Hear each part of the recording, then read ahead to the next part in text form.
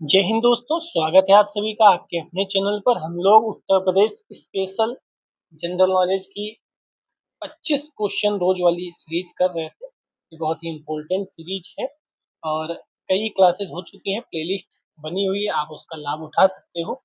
200 प्रश्न हम लोगों ने कर लिए थे। अगर आप नए हैं तो चैनल को सब्सक्राइब करें। चैनल पर कंप्यूटर, हिस्ट्री, ज्योग्राफी, पॉलिटी कई क्लासेस चल रही हैं, उनका लाभ उठा सकते हो। बिना समय गवाए चलते हैं आज के पहले क्वेश्चन पर और इस सीरीज के 201वें क्वेश्चन नंबर पे। हम लोग एक्सप्लेनेशन भी देखते हैं और जो क्वेश्चन है वह तो करते ही हैं। 201 नंबर प्रश्न, उम्मीद है आपको दिख रहा होगा। उत्तर प्रदेश में डैश हेतु सबरी संकल्प अभियान, इंपॉर्टेंट है, सबरी संकल्प अभियान की शुरुआत की गई थी। किसके लिए? गरीबी दूर करने के लिए, कुपोषण के लिए, बेरोजगारी या निरक्षरता। तो इसका सही आंसर होगा कुपोषण। आइए हम देख लेते हैं इसका एक्सप्लेनेशन, हो सकता है क्वेश्चन यहाँ से बन जाए। तो उत्तर प्रदेश सरकार द्वारा हौसला पोषण योजना की तर्ज पर प्रदेश के 29 जिलों में सबरी संकल्प योजना शुरू की गई।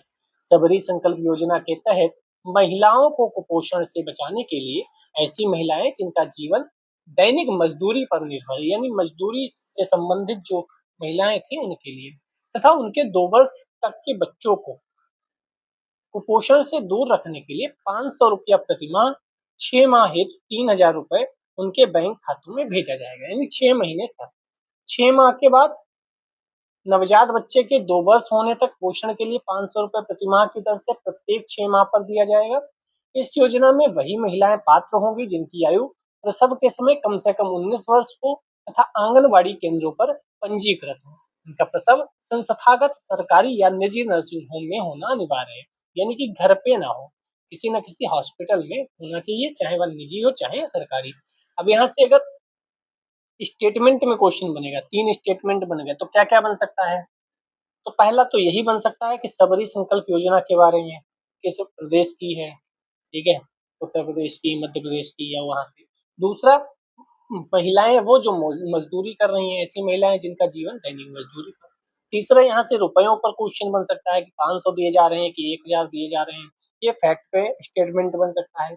और चौथा ये बन सकता है कि सिर्फ सरकारी, क्वेश्चन में क्या आएगा, स्टेटमेंट में क्या आएगा कि प्रसव संस्थागत सरकारी हॉस्पिटल में होना अनिवार्य है। तो ये स्टेटमेंट गलत हो जाएगा क्योंकि आप साफ साफ देख रहे हैं सरकारी या निजी दोनों सही है। यहाँ पे कम से कम 19 वर्ष की जगह हो सकता है कम से कम 21 वर्ष कर दिया जाए, तो एक स्टेटमेंट आपका यहाँ से बन सकता है। ठीक है, उम्मीद है याद रखेंगे आप। 202 नंबर प्रश्न, किशोरी बालिका योजना, ये भी एक योजना है। इस वर्ष में दिनों के लिए विद्यालय में उपस्थित न होने पर लड़कियों को संतुलित आहार प्रदान करने की पेशकश करती है। 125, 150, 175 या 300, 300 दिन है। आइए एक्सप्लेनेशन देख लेते हैं, मेन है एक्सप्लेनेशन। 2019 को किशोरियों के हितों को ध्यान में रखते हुए उत्तर प्रदेश सरकार द्वारा किशोरी बालिका योजना शुरू की गई। 2019 की है और आप जानते हैं योजनाएं पीछे की भी पूछी जा सकती हैं।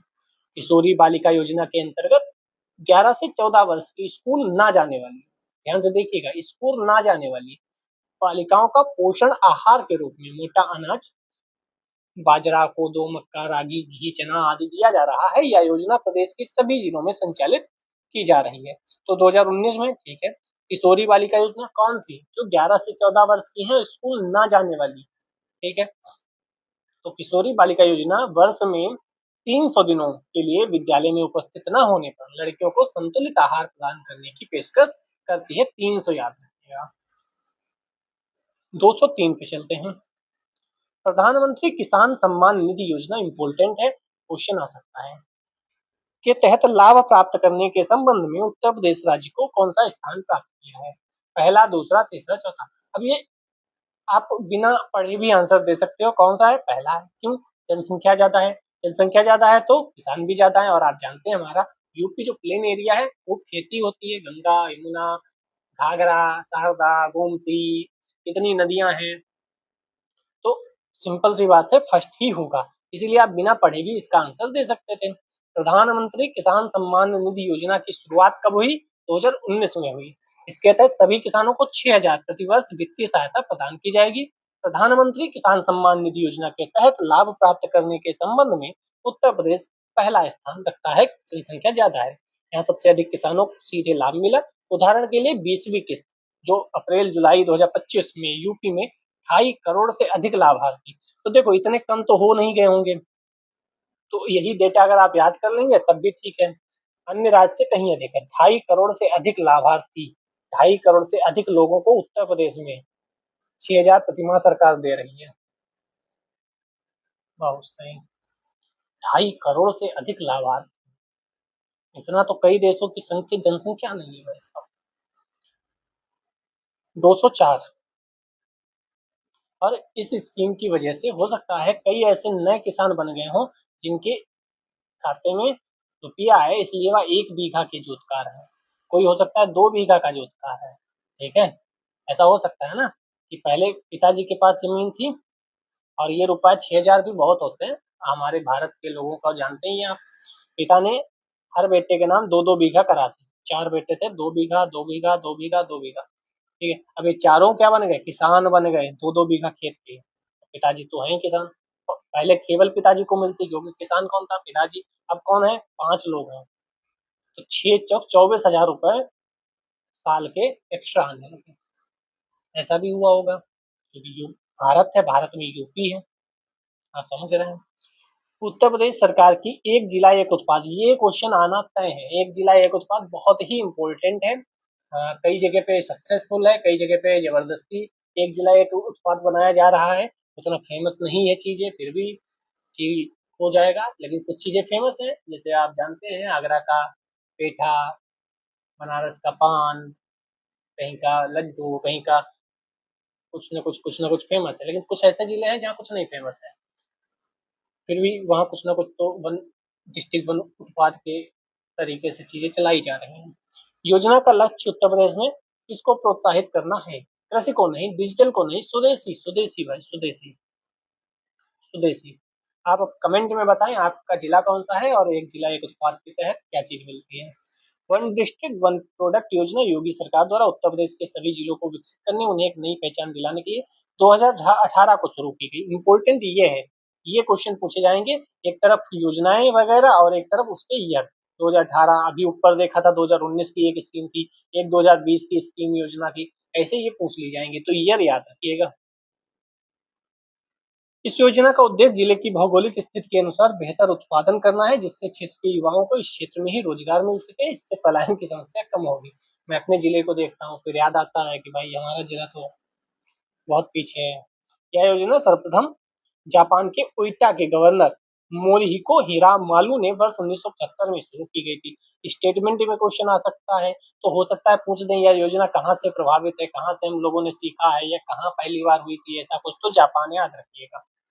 अब हम चलते हैं उत्तर प्रदेश की जनगणना की तरफ। हम कितने क्वेश्चन, 25 क्वेश्चन रोज कर रहे हैं अलग अलग टॉपिक्स से। 205 नंबर प्रश्न, 2011 की जनगणना के अनुसार उत्तर प्रदेश के किस जिले की साक्षरता दर सबसे अधिक है। इस बार आप जो भी एग्जाम दे रहे हैं उसमें सक्सेसफुल हो जाओ, ठीक है। क्यों हो जाओ, क्योंकि हो जनगणना हो गई है या हो रही है, जो भी जनगणना के नए डेटा जो आ जाएंगे ना, अब इन्हें आपको रटना पड़ेगा। पुराने वाले याद है, इनसे काम चला लो, वरना नए डेटा फिर से याद करने पड़ेंगे और फिर 2011 से तुलना भी करनी पड़ेगी। तो सही है, इस बार हो जाओ तो बढ़िया है। 2011 की जनगणना के अनुसार उत्तर प्रदेश के किस जिले की साक्षरता दर सबसे अधिक है। तो हम देखो कैसे बताते हैं, हम कैसे याद करते थे। आपने एक ही जगह का नाम सुना है, दिल्ली की तरफ जहां भी जाते हैं, कोई भी व्यक्ति होगा उससे पूछो कहाँ रहते हो, दिल्ली, जबकि वो काम कहाँ करता है, दिल्ली में नहीं, नोएडा में करता है, लेकिन फिर भी अपने आप को बताता है दिल्ली में। तो नोएडा का मतलब गौतम बुद्ध नगर। तो जितनी आईटी कंपनी है, ठीक है, वो अधिकतर नोएडा में है। जितने ये आप देखते हो न्यूज रूम्स, ये बहुत से नोएडा में है, आप देखते हैं ना, और सब अधिकतर नोएडा में है। तो ये सब जो पढ़े लिखे लोग हैं, मैंने ये दिमाग में रख लिया है कि ये सब नोएडा में बैठ के अपना पूरा वो सब चलाते हैं, पत्रकारिता, और ये जो आईटी वाले लोग हैं, मतलब मैंने दिमाग में ये रख रखा है। तो मुझे याद है कि सबसे ज्यादा साक्षरता दर कहाँ है, गौतम बुद्ध नगर में है। अब आप कैसे याद करना चाहो ये आपकी मर्जी है, मैंने तो ऐसे याद कर लिया है। तो 2011 के अनुसार उत्तर प्रदेश के शीर्ष 5 साक्षरता वाले जिलों में गौतम बुद्ध नगर, फिर हमने ये याद रखा है कि कानपुर में आईआईटी है। क्या है? आईआईटी। और आईआईटी वाले वैसे भी आप जानते हैं कई बड़े बड़े लोग आईआईटी कानपुर से पढ़े हुए हैं। तो पहला नोएडा है क्योंकि वहाँ काम कर रहे हैं लोग, दूसरा कानपुर है क्योंकि वहाँ पढ़ रहे हैं लोग। ठीक है। तीसरा हमने औरैया इसलिए याद कर रखा है कि भाई इतना फेमस नहीं है औरैया, लेकिन कोई औरैया का होगा तो कहेगा नहीं नहीं हमारा तो बहुत फेमस है, लेकिन जितना कानपुर और नोएडा फेमस है उतना नहीं है। तो ऐसे याद कर लिया, बाकी 3 याद हो बस, हो गया काम। ठीक है। बाकी इटावा और गाजियाबाद, गौतम बुद्ध नगर है तो 5वें नंबर पे गाजियाबाद गए पड़ोस का, और औरैया है तो इटावा। बाकी पहला तो याद ही हो, और 3 याद होगा तो बहुत। अब सबसे अधिक पढ़ लिया तो न्यूनतम साक्षरता को ही पढ़ लेते हैं, कौन कौन से हैं। तो श्रावस्ती जब भी याद आता है तो मुझे याद आता है कि गौतम बुद्ध जी जो थे, बुद्ध जी थे, वो श्रावस्ती में, आप जानते हैं उनका संबंध श्रावस्ती से, तो श्रावस्ती में तो ठीक ठाक पढ़े लिखे लोगों का होना आवश्यक है ना, क्योंकि गौतम बुद्ध जी का संबंध श्रावस्ती से है, लेकिन यहाँ के लोगों ने साक्षरता में बिल्कुल नीचे चले गए, मतलब कितनी गलत बात है ना। तो मैंने तो ऐसे ही याद रखा है कि श्रावस्ती को तो सबसे ऊपर होना चाहिए था, लेकिन श्रावस्ती तो साक्षरता में सबसे निचले पायदान पे है। फिर ये कैसे याद करोगे? बहराइच हमारे पड़ोस में है बहराइच, यहाँ कतरनिया घाट है, तो बहराइच तो याद ही रहता है मुझे, आप अपना देख लो। बहराइच बलरामपुर बाबा से याद कर लो, बहराइच बलरामपुर पास ही में है। ठीक है। 3 याद कर लोगे बहुत है, बाकी बदायूं रामपुर याद कर पाओ तो ठीक है, इधर इटावा गाजियाबाद, बाकी 3 तो याद ही कर लो। श्रावस्ती तो याद हो गया, गौतम बुद्ध नगर याद हो गया आपको। गौतम बुद्ध नगर कैसे? क्योंकि वहाँ नोएडा में जितने पत्रकार महोदय और जितनी वो सब चीजें हैं वो वहाँ हैं, तो आप उससे याद कर लो। कानपुर बहुत पुराना फैक्ट्री वगैरह लगी होती हैं, या कानपुर आईआईटी से याद कर लो। सबसे कम कहाँ है? श्रावस्ती, वो वैसे याद कर लो। टाइम लगा लेकिन आपको समझ में आ गया होगा, जिनको याद नहीं हो रहा, जिनको याद होगा उन्हें लग रहा होगा खाली टाइम वेस्ट कर रहे हैं। कोई बात नहीं। जनगणना 2011 के अनुसार उत्तर प्रदेश की कुल जनसंख्या में महिलाओं का प्रतिशत क्या है? महिलाएं कितनी है? देखो 54 तो नहीं होगी, 36 इतनी भी कम नहीं होगी, 49 लगभग बराबर भी नहीं होगी, तो कितनी होंगी? थोड़ी कम होगी। हम लोग कहते हैं ना महिलाएं थोड़ा कम है, तो 54 तो ज्यादा है ये नहीं होंगी, 36 तो बहुत ही कम है, और ये तो लगभग बराबर है। थोड़ी कम का मतलब है 47। ठीक है। महिलाओं की प्रतिशत 47.71, महिलाओं की कुल जनसंख्या। नहीं याद करोगे तब भी कोई दिक्कत नहीं है, वैसे 9,53,31,हजार के आसपास है, 9.5 करोड़ के आसपास आप याद कर सकते हैं। कुल जनसंख्या कितनी है? 19.5, यानी 20 करोड़ आप मान सकते हैं, 19,98,98,00,000, 20 करोड़ के आसपास। तो पुरुषों की संख्या कितनी होगी? 10.5 करोड़ के आसपास। चीन, भारत, अमेरिका, इंडोनेशिया के बाद 5वां देश बन सकता है अगर जनसंख्या के हिसाब से देखें। ठीक है। तो ये भी पूछा जा सकता है। तो अब मैं तो ऐसे याद कर लिया, 9.53 उसका है और 10.44 इसका है, और टोटल कितना होगा? 19.97 हो गया। ठीक है। और ये संख्याएं अगर सामने दिख गई तो आप सही कर दोगे, उसमें कोई टेंशन लेने की बात भी नहीं है। उत्तर प्रदेश के निम्नलिखित जिलों को 2011 जनगणना के अनुसार साक्षरता दर के आधार पर न्यूनतम से उच्चतम, अब देखो मैंने बताया न्यूनतम से उच्चतम, तो यहाँ आजमगढ़ है, मैनपुरी है, बहराइच है, और इधर कोई दिए गए हैं? नहीं दिए गए। तो आपको पता है बहराइच अभी मैंने बोला था, श्रावस्ती सबसे नीचे था नंबर 1 पे, उसके बाद बहराइच था, फिर बलरामपुर था, तो बहराइच नंबर 1 पे आएगा। जो नंबर 1 पे है कहीं बहराइच, बहराइच अच्छा बाराबंकी भी है, तो बहराइच पहले तो ढूंढो, तो ये दोनों तो गए। ये 3 वाला है ना, बहराइच का नंबर कौन सा है? ये ऊपर नीचे करना है, 3 है, बहराइच 3 पे है, बहराइच 3 पे, तो बी गया और सी गया, बी और सी चला गया। अब बचा 3 के बाद 4 आ ही गया, 3 के बाद 4, बाराबंकी लखनऊ के पास में ये भी है। फिर 1 2 और 2 में 1 में डिफरेंस है, तो यहाँ पर 1 2 के साथ जाएंगे, मतलब ये टफ क्वेश्चन आप कह सकते हो, क्योंकि टॉप 5 आदमी याद कर लेता है, तो भाई कितनी याद करें। यहाँ टॉप 5 में कौन कौन सा था? बदायूं बलराम, सॉरी बदायूं रामपुर था। अब आपने पूछा क्या है? आपने आजमगढ़, मैनपुरी कुछ भी पूछ लो फिर। ठीक है, 75 जिले हैं, आप 75 के 75 पूछ लो भाई, क्या ही चाहते हो। ठीक है, 75 के 75 पूछ लो, क्या करे इंसान। तो इसका क्या आंसर है? डी आंसर है। आप इसमें एलिमिनेट भी नहीं कर सकते, आपको पता है 4 वाला, एलिमिनेट कर दोगे 4 नंबर, फिर भी 2 में फंस जाओगे। कितना याद करे आदमी। तो बहराइच, फिर बाराबंकी, फिर आजमगढ़, फिर मैनपुरी। अब आ गया है तो आप याद कर लो। बाकी श्रावस्ती, बलरामपुर, बहराइच, बदायूं, रामपुर, ये 5 याद ही हो। अब कितने याद करोगे ये बताओ ना। पूरे 75 की लिस्ट याद कर लें। 75 की साक्षरता की लिस्ट, 75 की फिर एरिया वाइज लिस्ट, 75 की फिर पुरुष कहाँ ज्यादा है, 75 महिलाएं कहाँ ज्यादा है, 75 की वो लिस्ट जिसमें एससी कम्युनिटी ज्यादा कम है, 75 की वो लिस्ट। मतलब कितनी याद करें, 75 75 75 सब डिस्ट्रिक्ट याद कर लें। क्या ही क्वेश्चन है। तो सभी फंसे होंगे, मतलब अधिकतर लोग फंसे होंगे इसमें, क्योंकि आप देखो ना कहाँ से करोगे। 5 याद कर लो वही बहुत है। 208। उत्तर प्रदेश जनसंख्या नियंत्रण स्थिरीकरण एवं विधेयक 2021 का प्राथमिक उद्देश्य क्या है? प्रजनन दर को 2026 तक 2.1% जनसंख्या तथा 2030 तक 1.9। क्या हम 1.9 तक जाएंगे? उत्तर प्रदेश जनसंख्या एवं विधेयक 2021 का प्राथमिक उद्देश्य क्या है? तो ये तो सही, प्रजनन दर को 2026 तक 2.1 और 2030 तक 1.9। आगे देख लेते हैं। 2026 तक 2 नहीं, 2026 तक 2.3 नहीं, 2000। तो देखो आप तीनों, आपको पता नहीं है 1.9 के बारे में, फिर भी आपको पता है कि 2026 तक 2.1 होगी। यहाँ 2026 तक बता रहा 2 तो नहीं होगा, 2026 तक 2.3 नहीं होगा, 2026 तक 1.9 नहीं होगा। तो क्या आंसर सही होगा? ए ही सही होगा। तो ये इजी है, इसको आप इजी में डालोगे। ठीक है। नहीं भी पता होगा, अगर आपने नहीं पढ़ा है लेकिन कभी ना कभी सुना होगा, तब भी हम हमेशा 2.1 की ही बात करते हैं। तो आप 2.1 की बात हमेशा याद रखो जनसंख्या के बारे में, जो सही है। ठीक है। दो 2.1 और 2030 तक 1.9%। चलिए आगे बढ़ते हैं। कौन सा है? 209। 2011 की जनगणना के अनुसार उत्तर प्रदेश का जनसंख्या घनत्व कितना था? ये आसान क्वेश्चन है। 829 रटा होना चाहिए बिल्कुल। 829 जनसंख्या घनत्व बिल्कुल रटा होना चाहिए जवान पे। सबसे ज्यादा कहाँ की है, सबसे कम कहाँ की है, ये भी देख लेते हैं। तो जनसंख्या घनत्व तो 829 प्रति वर्ग किलोमीटर। सर्वाधिक जनसंख्या घनत्व कहाँ है? गाजियाबाद। ठीक है। वैसे याद करो कि गौतम बुद्ध नगर नोएडा में लोग रहते हैं, लेकिन नहीं, नोएडा में नहीं रहते, उसके पास गाजियाबाद में रहते हैं। गाजियाबाद छोटा है और गौतम बुद्ध नगर के एरिया ज्यादा है, इसलिए गाजियाबाद में सब लोग। और कैसे याद रखोगे? देखो, लोग तो नोएडा में मान लो ज्यादा रहते हैं, लेकिन गौतम बुद्ध नगर, ये कह दो एरिया ज्यादा है, और गाजियाबाद का एरिया कम है। तो जिसका एरिया कम, वहां लोग ज्यादा, जनसंख्या घनत्व ज्यादा। इससे याद कर लिया मैंने, मैं अपना याद करने को बता रहा हूँ। आप याद करें या ना करें आपकी मर्जी, बस हम लोग लिंक कर लेते हैं तो चीजें इजी हो जाती है।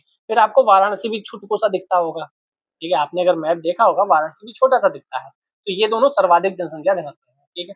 न्यूनतम कहाँ की है? न्यूनतम है ललितपुर। अब देखो ना कितना बड़ा ललितपुर नीचे है। ठीक है, कितना बड़ा ललितपुर नीचे है। और दूसरा सोनभद्र भी, दोनों नीचे हैं। आप देखते हैं ना, आप देखते हैं कि दोनों नीचे हैं। दोनों, ललितपुर नीचे है और ये भी नीचे है।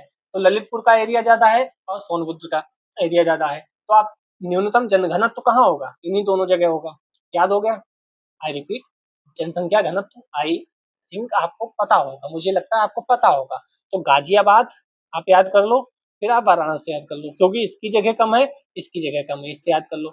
ललितपुर एरिया ज्यादा है, सोनभद्र एरिया ज्यादा है, इसलिए यहाँ न्यूनतम है। जहाँ एरिया ज्यादा लोग कम, जनसंख्या घनत्व तो न्यूनतम। एरिया यानी जगह कम, लोग ज्यादा, लोग ज्यादा जगह कम, लोग ज्यादा, तो जगह ज्यादा लोग कम, तो इस जगह न्यूनतम होगा और इस जगह अधिकतम होगा। ठीक है। 2010, 210। जनगणना 2011 के अनुसार उत्तर प्रदेश की साक्षरता दर कितनी है? साक्षरता दर 67.68 है क्या? 67.68, सी नंबर। क्यों? क्योंकि 10 घटा दो 10 बढ़ा दो, सबको पता होगा। आइए, जनगणना के अनुसार उत्तर प्रदेश की साक्षरता दर 67.68 है। पुरुष साक्षरता 10 बढ़ा दो, महिला साक्षरता 10 घटा दो। और भारत की साक्षरता दर कितनी थी? 74 पॉइंट। भारत की कितनी है? 74.04। भारत की 74.04। भारत की कितनी है? 74.04। और उत्तर प्रदेश की 67.68। तो उत्तर प्रदेश की साक्षरता दर भारत की साक्षरता दर से कम है। भारत में औसत साक्षरता दर ज्यादा है, 74%, लगभग 75% मान के चलो, ठीक है, और हमारे यहाँ 67%। 211 नंबर प्रश्न, जनगणना 2011 के अनुसार राज्य के सर्वाधिक न्यूनतम जनसंख्या वाले जिले, सर्वाधिक और न्यूनतम जनसंख्या, जहाँ की जनसंख्या ज्यादा है, तो सबसे ज्यादा पढ़ने लोग कहाँ जाते हैं? इलाहाबाद, सर्वाधिक इलाहाबाद मान लो, ठीक है। तो सबसे कम जनसंख्या महोबा, ठीक है, दोनों आपको याद करने ही पड़ेंगे। सर्वाधिक, उत्तर प्रदेश का सर्वाधिक जनसंख्या वाला जिला प्रयागराज, उसको ऐसे याद कर लो कि वहाँ लोग पढ़ने बहुत जा रहे थे, तो इसीलिए वहाँ की जनसंख्या ज्यादा हो गई, ठीक है। या आप ऐसे याद कर लो, कुंभ हुआ था, कुंभ में खूब लोग वहां पहुंचे, तो इसीलिए जनसंख्या ज्यादा हो गई। ये सिर्फ और सिर्फ लिंक करके याद करने का तरीका है कि आपको याद हो जाए। अब आपको याद रहेगा, अब आप एग्जाम में जब आ गया ये क्वेश्चन, तो आप तुरंत लगा के आओगे कुंभ में लोग गए और इसीलिए जनसंख्या वहां की ज्यादा हो। ये कोई फैक्ट नहीं है, ये केवल याद करने का तरीका मात्र है, ठीक है।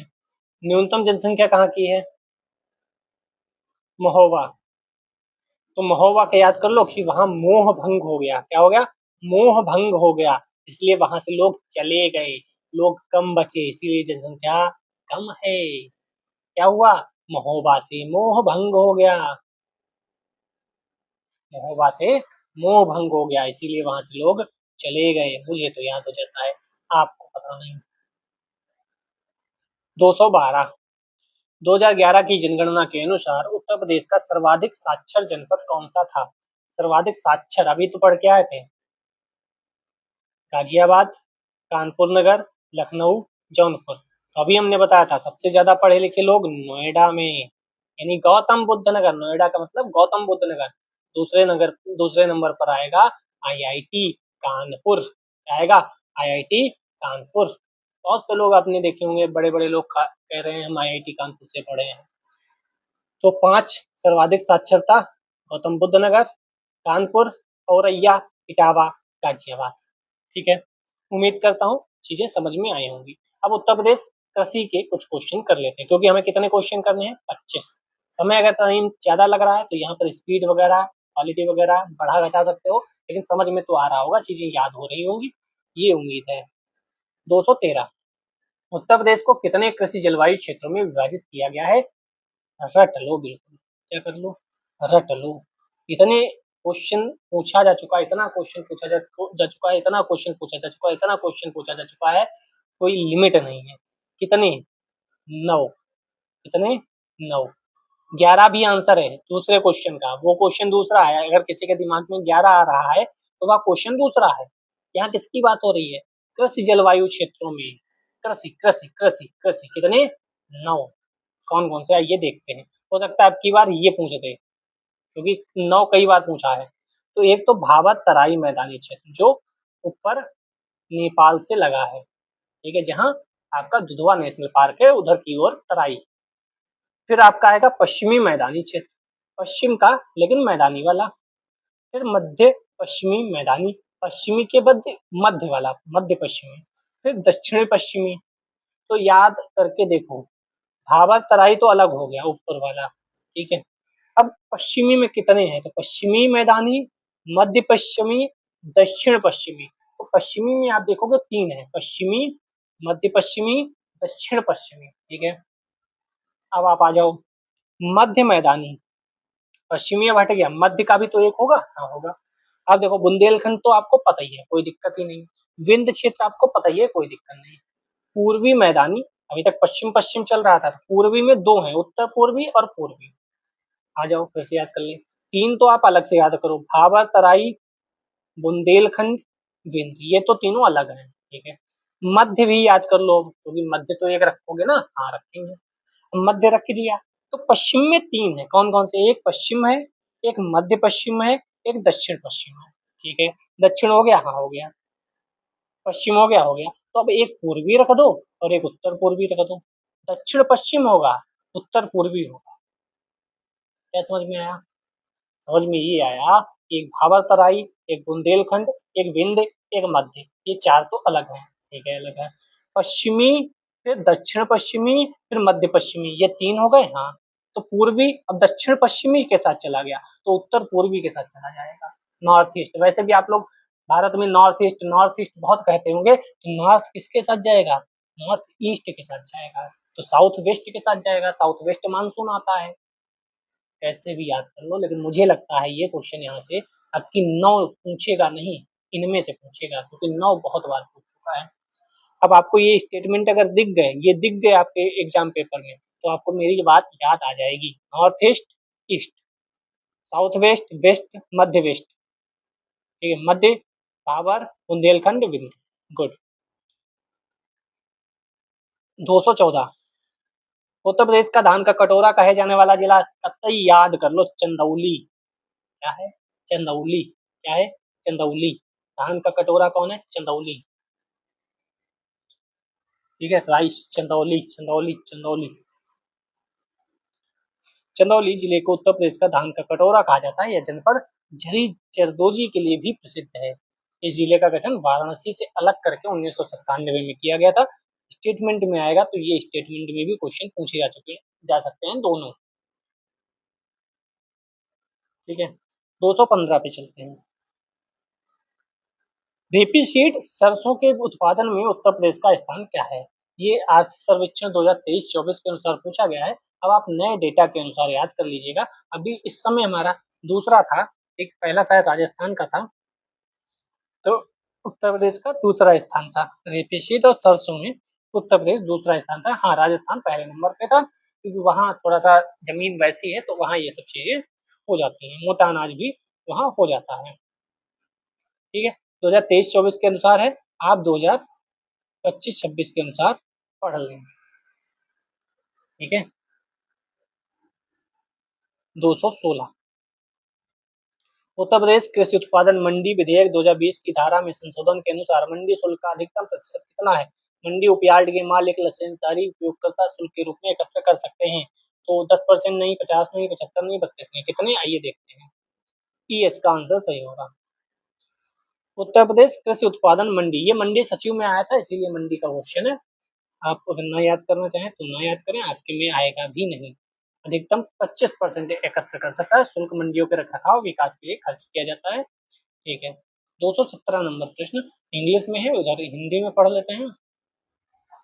उत्तर प्रदेश मोटर वाहन कराधान अधिनियम 1947, सॉरी 1997, तो मोटर वाहन कराधान अधिनियम कब आया? 1997 में। मोटर वाहन पर कब देय होगा? तो ये क्वेश्चन एनुअली कब देय होगा? वाहन खरीद की तिथि पर प्रतिवर्ष मोटर वाहन कराधान देना पड़ता है। इन्फोर्समेंट कांस्टेबल का क्वेश्चन है, इसलिए आया था, आपके काम का शायद नहीं होगा। ठीक है, 218, उत्तर प्रदेश कृषि उत्पादन मंडी अधिनियम की धारा 7 के अनुसार किस स्थिति में राज्य सरकार किसी मौजूदा प्रमुख मंडी प्रांगण को समाप्त कर सकती है? तो ये भी मंडी वाले में ही आया है, आपके में शायद नहीं आएगा। यदि जनहित में आवश्यक या समीचीन समझा जाए तो वो कर सकते हैं। तुम्हारे पेपर में नहीं आएगा, आपके पेपर में बिल्कुल नहीं आएगा, मुझे ये लगता है। मंडी वाले प्रश्न है ये। उत्तर प्रदेश कृषि उत्पादन मंडी संशोधन 2020 के तहत मंडियों के उपयोग को प्रोत्साहित करने के लिए निम्नलिखित में से क्या लागू किया गया था? क्या लागू किया गया था? एपीएमसी से परे व्यापार के लिए विशिष्ट लाइसेंस का आवश्यक होना, ये लागू किया गया था। अगर मंडी से रिलेटेड कोई एग्जाम है तो आप इसको याद करें, अन्यथा ये नहीं आना चाहिए। संशोधन अध्यादेश 2020 के तहत बढ़ावा देने के लिए एपीएमसी का फुल फॉर्म क्या है? कृषि उपज बाजार समिति से बाहर व्यापार करने के लिए विशेष लाइसेंस अनिवार्य होगा। ठीक है, 220 नंबर प्रश्न, उत्तर प्रदेश के किस कृषि जलवायु क्षेत्र में कृषि उत्पादकता अधिक है? ये बढ़िया क्वेश्चन है, देखो ऐसे क्वेश्चन तो मैं बोल रहा हूँ, ऐसे पूछे जाएंगे। पूर्वी मैदान, बुंदेलखंड, पश्चिमी तराई, भाबर। अब देखो उत्तर प्रदेश के किस कृषि जलवायु क्षेत्र में कृषि उत्पादकता अधिक है? तो सिंपल सा कॉमन सेंस लगाओ। पूर्वी मैदान, आप जानते हैं पूर्वी उत्तर प्रदेश में कहा जाता है बाहुबलियों का राज है, बाहुबलियों का राज है, वहाँ उतना अच्छा विकास डेवलपमेंट नहीं पहुंचा है, तो ये तो हटा दो। बुंदेलखंड आप जानते हैं सॉइल ही उतनी अच्छी नहीं है। ठीक है, इन दोनों में आपको कंफ्यूजन हो सकता है, क्योंकि तराई में बढ़िया पानी मिलता है, ठीक है, बढ़िया मिट्टी है और पश्चिमी मैदान। फिर आपने सुना होगा पश्चिमी उत्तर प्रदेश के लोग बहुत ही पैसे वाले हैं, मतलब किसान, पश्चिमी उत्तर प्रदेश के किसान बढ़िया हैं। फिर आपने ये भी सुना होगा जो एमएसपी वाली बात हुई, उसमें पंजाब, हरियाणा और पश्चिमी उत्तर प्रदेश के किसानों को बहुत लाभ हुआ, और जब इनको लाभ हुआ तो सबसे ज्यादा उत्पादकता कहाँ की होगी? पश्चिमी मैदान की, तभी तो उन्हें लाभ हुआ। पंजाब की भी उत्पादकता अच्छी है, तभी वहां के किसान बढ़िया पैसे वाले हैं, थार वार से चलते हैं, आपने देखा ही होगा। तो इस एरिया में आप जानते हैं किसान कितने पावरफुल हैं। उत्तर प्रदेश में पश्चिमी मैदान कृषि जलवायु क्षेत्र में कृषि उत्पादकता अधिक है, क्षेत्र में सिंचाई की अच्छी व्यवस्था है, उपजाऊ मिट्टी होने के कारण उत्पादकता अधिक है। आप जानते हैं इधर से अगर आप देखेंगे उत्तर प्रदेश को, ठीक है, तो गंगा भी निकल रही है, यमुना भी निकल रही है, ठीक है, रामगंगा नदी है, तो बढ़िया, और नहरें वहरे भी हैं, बढ़िया से व्यवस्था है। आम की लंगड़ा किस्म हमारे राज्य के निम्न में से किस जिले से उद्धृत माना जाता है? तो वाराणसी, याद रखिएगा, वाराणसी बहुत फेमस है, और वाराणसी इस समय जीआई टैग के मामले में बहुत फेमस है। जीआई टैग के मामले में भी वाराणसी को पढ़ लीजिएगा। आम की लंगड़ा प्रजाति उत्तर प्रदेश के वाराणसी जिले से उद्धृत है। तो ये पूछा गया है, तो और भी पूछा जा सकता है, तो लोअर मेंस में ही पूछा गया, 2021 के लोअर मेंस में पूछा गया था, और लोअर मेंस आने वाला है। तो आइए देखते हैं कहाँ का क्या है। दशहरी आम तो आपको लखनऊ, मलिहाबाद, मलिहाबाद रट लो बिल्कुल। चौसा आम भी इम्पोर्टेंट है, हरदोई, सहारनपुर, चौसा आम, चौसा। अल्फांसो आम तो आप मतलब क्या सुने ही होगे, अगर आप आम के प्रिय आपका है तो रत्नागिरी, या आप तारक मेहता का उल्टा चश्मा के फैन है तो आप जानते हैं कि रत्नागिरी भिड़े, जो मास्टर भिड़े हैं, वह रत्नागिरी से आम मंगाता है, ठीक है, रत्नागिरी में उसके रिश्तेदार हैं जो अल्फांसो आम, या उसका घर है, जो भी है, अल्फांसो आम रत्नागिरी, वहां से याद करो। केसर आम गुजरात के अलावा, मतलब केसर इस समय इतनी महंगी है, गुजरात के लोग राज कर रहे हैं, मतलब सरकार चला रहे हैं, राज नहीं कर रहे हैं, हमारे यहाँ राजतंत्र नहीं है, सरकार चला रहे हैं, और लोकतांत्रिक सरकार है, लोगों ने चुना है। हमारे यहाँ लोग चुनते हैं सरकार को, चाहे इंदिरा गांधी जी की सरकार हो, चाहे अटल जी की सरकार हो, चाहे मनमोहन जी की सरकार हो, नरेंद्र मोदी जी की सरकार हो, हमारे देश की एक खासियत है कि हम लोग वोट से ही अपनी ताकत दिखाते हैं। केसर आम जूनागढ़ गुजरात, याद रखिएगा, केसर याद हो जाएगा, इसलिए इतनी कहानी बोल दी, केसर आपको याद हो जाएगा गुजरात।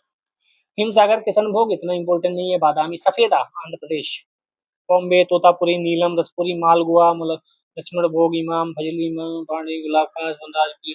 एक इस समय आम बहुत ही फेमस है, जो कहा जा रहा है 1 लाख रुपया किलो, 2 लाख रुपया किलो बिक रहा है, ऐसा कुछ है। उस आम का अगर आपको नाम पता हो कमेंट में बताइएगा, उस आम के बारे में हो सकता है पूछ लिया जाए, ठीक है, अगर आपको पता हो तो कमेंट में बताइएगा। 222 उत्तर प्रदेश में मुख्य प्रकार की फसलें हैं, तो रबी भी हमारे यहाँ, खरीफ भी है, जायद भी, हमारे यहाँ तरबूज, खरबूजा, ककड़ी, आप देखो, ठीक है। उत्तर प्रदेश में रबी की फसलें, खरीफ की फसलें, जायद की फसलें मुख्य प्रकार की। बताओ, खीरा आके चला भी गया, तरबूज आके चला भी गया, खरबूजा आके चला भी गया, खा ही नहीं पाए, पता ही नहीं चलता कहाँ गर्मी निकल गई, सर्दी निकल गई, और कहाँ बरसात आ गई, बरसात भी चली जाएगी। एक कमरे में बंद होके हम लोग ऐसा बैठे हैं कि दुनिया की खबर ही नहीं। उत्तर प्रदेश में प्रमुख रबी फसलें कौन कौन सी हैं? तो गेहूं है, चना है, मटर है, जौ है, हाँ चारों है, चारों याद कर लो। अब यहाँ देखो, मक्का है, नहीं है, ये कपास है, मक्का है, दोनों कैंसिल कर दो। तो रबी फसलों की बुआई अक्टूबर नवंबर माह में की जाती है, इस समय खरीफ की फसल यानी कि धान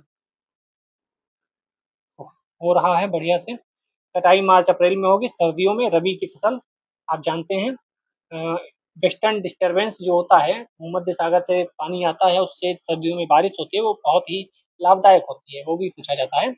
रबी फसलें कौन कौन सी हैं? गेहूं, जौ, चना, मटर, अलसी, सरसों, धनिया। आपको दो चीजें याद करो, मक्का नहीं है, मक्का नहीं है, कपास भी नहीं है, बस ये दो याद रखोगे तो मक्का तो अधिकतर जगह फंसाने के लिए दे देता है, तो मक्का नहीं है, मक्का याद कर लो बस, मक्का, ठीक है, बाकी धान तो नहीं है, आप जानते हैं, मक्का कई जगह देता है फंसाने के लिए। निम्न कंद फसलों में से किसे गरीब का मित्र कहा जाता है? बहुत इंपॉर्टेंट, आलू। भाई साहब, आलू महंगा ना हो, बाकी दुनिया महंगी हो जाए, आलू अकेला है जो पूरी घर की किचन को चला सकता है।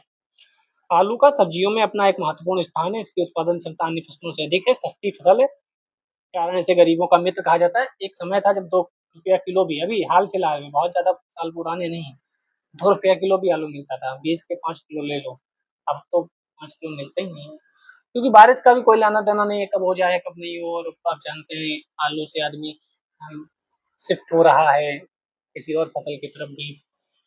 फसल का मूल रूप कहाँ है, ये याद रखो। बीच बीच में इंपॉर्टेंट चीजें भी आ जाती हैं, ये ध्यान रखो। फसल का मूल रूप से दक्षिण अमेरिका की है। इसमें क्या क्या होता है, कार्बो होता है और विटामिन भरपूर मात्रा में पाए जाते हैं। आलू की फसल को झुलसा रोग से नुकसान होता है। ठीक है, 225।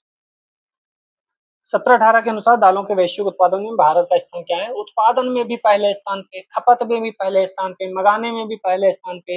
हम खूब दाल खाते हैं, कई घर ऐसे हैं जहाँ रोज दाल बनती है। और कौन सी ज्यादातर, अरहर, जिसको कई जगह तूर बोलते हैं, तूर की दाल, पीली वाली। पीली वाली 3 दालें हैं। खैर, 2017-18 के अनुसार भारत दुनिया का, यहाँ से आपको, सबसे बड़ा उत्पादन करने वाला है। मध्य प्रदेश 1 पे था, राजस्थान दूसरे पे, महाराष्ट्र तीसरे स्थान पे था। ठीक है, और फिर मध्य प्रदेश, महाराष्ट्र, राजस्थान, यही क्रमशः पहले दूसरे तीसरे, पहले दूसरे का तीसरे पे होते रहते हैं। ठीक है, अब मध्य प्रदेश, महाराष्ट्र, राजस्थान हो गया, तो इसको हटा दो। अब ये वाला है, आप इसको नए डेटा से चेक करेंगे। ठीक है, सबसे बड़ा उपभोक्ता भी है। ठीक है, और तीसरा सबसे बड़ा दाल निर्यातक था। इतनी आप ये फैक्ट चेक करेंगे, आप ये फैक्ट चेक कर रहे हैं। जो वॉल्यूम बंद करके सुन रहे हैं ना, वो भी देख लो। चेक चेक करना है, चेक करना है, चेक करना है। ठीक है, चेक करना है इसे। 226 नंबर प्रश्न, उत्तर प्रदेश में डैश में कृषि कुंभ 2018 का आयोजन किया गया था। कहाँ किया गया था, ये आप कमेंट सेक्शन में बताइएगा। मिलते हैं नेक्स्ट वीडियो में। जय हिंद, जय भारत।